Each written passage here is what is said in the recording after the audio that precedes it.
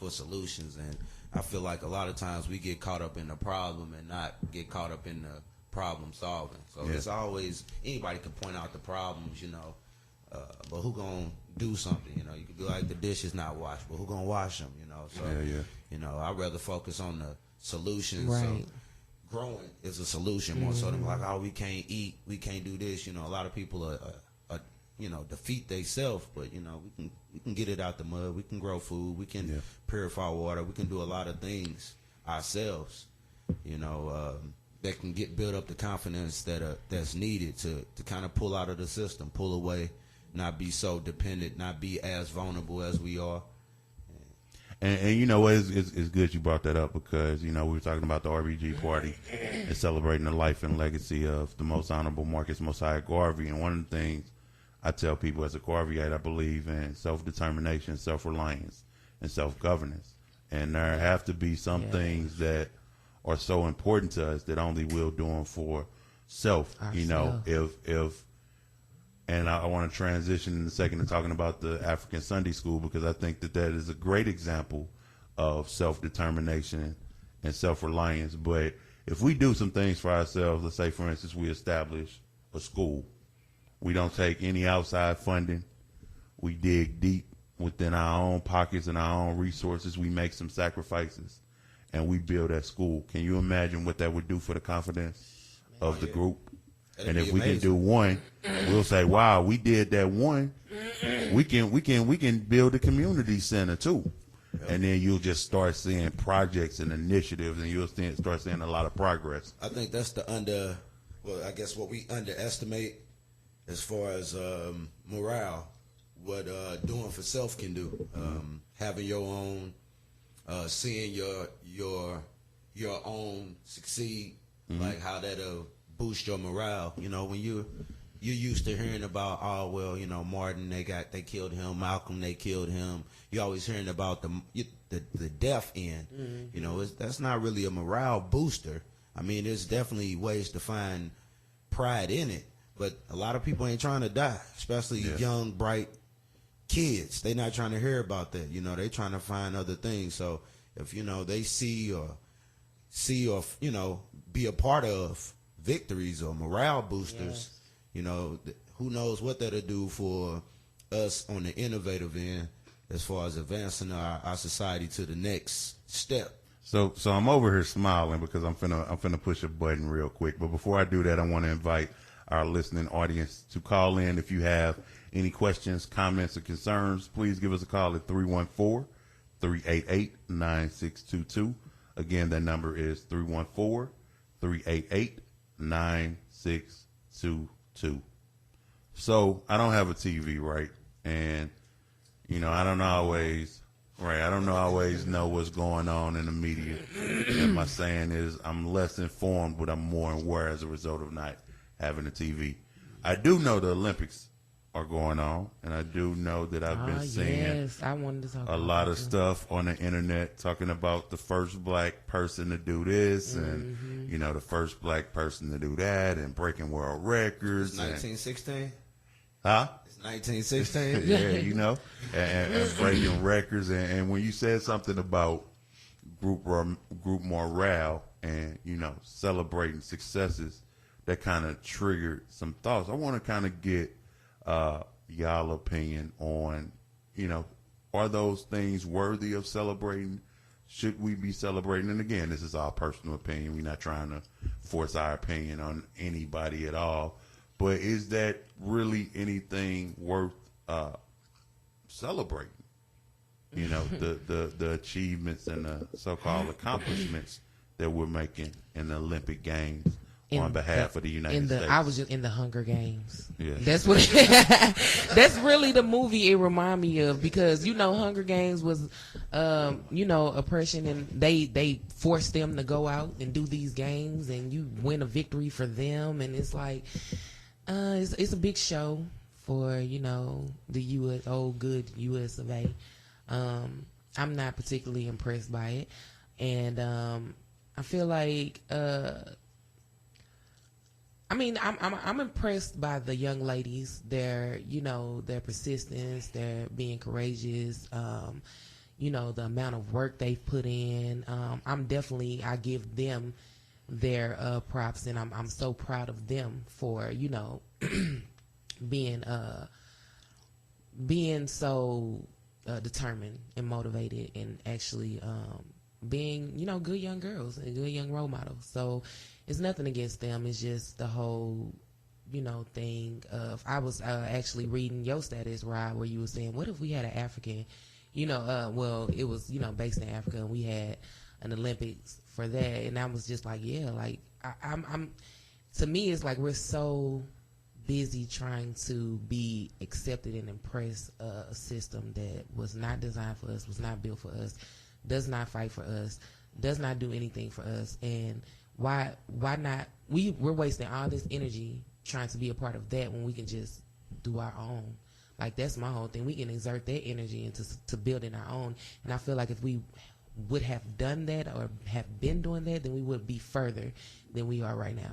It's like, I'm over when people. I had a conversation with a friend not too long ago, and we were talking about police brutality, and she was saying, she was like, well, I really don't want to, you know, focus too much on that and trying to dismantle a system. You know, she was telling me she didn't really want to focus on trying to dismantle this system or fighting this system. And I told her, that's not what I'm trying to do either. To be honest, I have no interest in trying to be accepted by a system that was not designed for me. My focus is on building up my communities, building up my people, and putting my energy into them. Anything else, I could care less about. I could care less about trying to see who I'm going to get in bed with, Hillary or Donald. I can care less about, you know, trying to get a police chief to care about black people and the black lives that they're taking. My solution to that is, why don't we build our own police force? Like, why don't we police our own communities?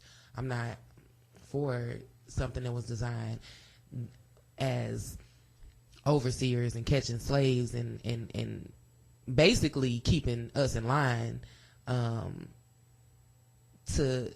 I mean, it's still the same. To me, it's still based on the same principles. So I'm not about trying to break down something that was, you know, wasn't intended for me anyway. It doesn't make sense to me. So with the Olympics, yeah, it's like just like now they're mad at Gabby because she didn't put her hand over her chest when they were singing the national anthem. Okay, I mean, okay, what are you mad for? That's what. To be honest, though, they had a right to be. They had the right to be mad, though. Mm-hmm. That's me. I don't agree with it, but this is when you in they house, right, and that's what I'm saying. You know, like, to me, it's like, okay, I don't care, but to them, this is something they created. This is their house. This is the U.S. Olympics, so they're gonna sing the national anthem. That's for the United States, so you should, you know, pay your respects to them. Put your hand on your heart while they sing the war anthem. Right. So it's like, I mean, yeah, they was gonna go in, and I'm pretty sure. I don't know if she really realized. If she'd have lost it, it did her the same way too. Mm-hmm. So true. So I mean, they'd have been like, "Why they got that nappy head?" Girl? Yeah, right. And then I wanted to touch on that too about these. I've been seeing a lot about our young women in the news. I've seen Gabby. She, of course, they've talked about her hair to the point of no return, which is just ridiculous to me. I've seen Malia Obama. She's been in the news for twerking and smoking marijuana, apparently. I don't know. I haven't seen the videos. I've seen, who else? The Simones, of course, they won the gold medals. And then I've seen some other stories. It was a 14-year-old girl that killed her stepfather for beating her mom, and, you know, brother. So to me, justice. Yeah, that's pretty much what it was. But now they're trying to try her, I think, as an adult. So that's justice too. That's in their system. Yeah. I mean, but it's just it's been a roller coaster of a week for me, seeing these different stories about our young black girls, and I don't know. I think the fact that people were talking about Gabby and her hair really got to me. For one, because like I just said, I just read a story about a 14-year-old girl that killed her stepfather, that was in a horrendous situation. Well, not her stepfather, I think it was her biological father. That killed her father, and had to be in that situation. And then we have another, young black woman that's kind of, living out her dream and being a positive role model. And we have people that are talking about her and downing her because of her hair.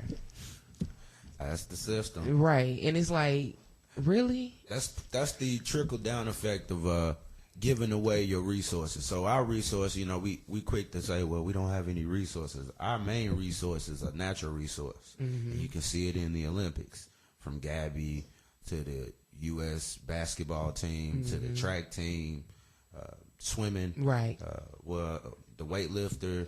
Black people, if we are in athletics, we 9 times out of 10 are going to excel. And if we're not excelling, then we might not even be the best black person doing it. We might be the only black person doing right. it. And if more black people did it, then we'll be excelling in that too. So we give away so much money. So I think the NBA players who are on the USA basketball team, they don't get paid. So now they get compensation, but there's not like a check. Right. So that's money, but somebody's getting money. Right. They get money off of you. Televising the games for free. And so that's all money given away. Just literally, we just give away so much money, not thinking economically. And I just feel like the games, they show our economic ignorance.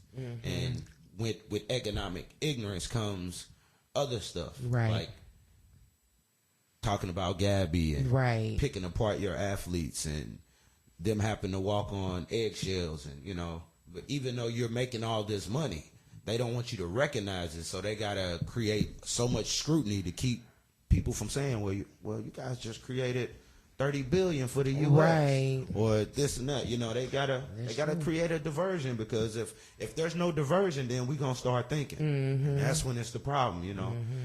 Back in probably still these times, it's obvious thinking will get you killed. Thinking has always been a problem for slaves, for white people, for black people, any color. Thinking has always been a problem. Because now you thinking, because the few always run. So when the many start thinking, it becomes a problem. Right. They need to come up with Gabby, her being nappy, and her not putting her hand on her heart, or it gotta be some type of controversy to keep you from focusing on, hey, these black people creating a lot of money for white power. Exactly. They get on there and make them millions, billions of dollars, and we focused on Gabby her. Look at Jackie Joyner-Kersee. She made a lot of money for the U.S. and look how the U.S. do Jackie Joyner-Kersee. You know what I'm saying? No, but do they have her back?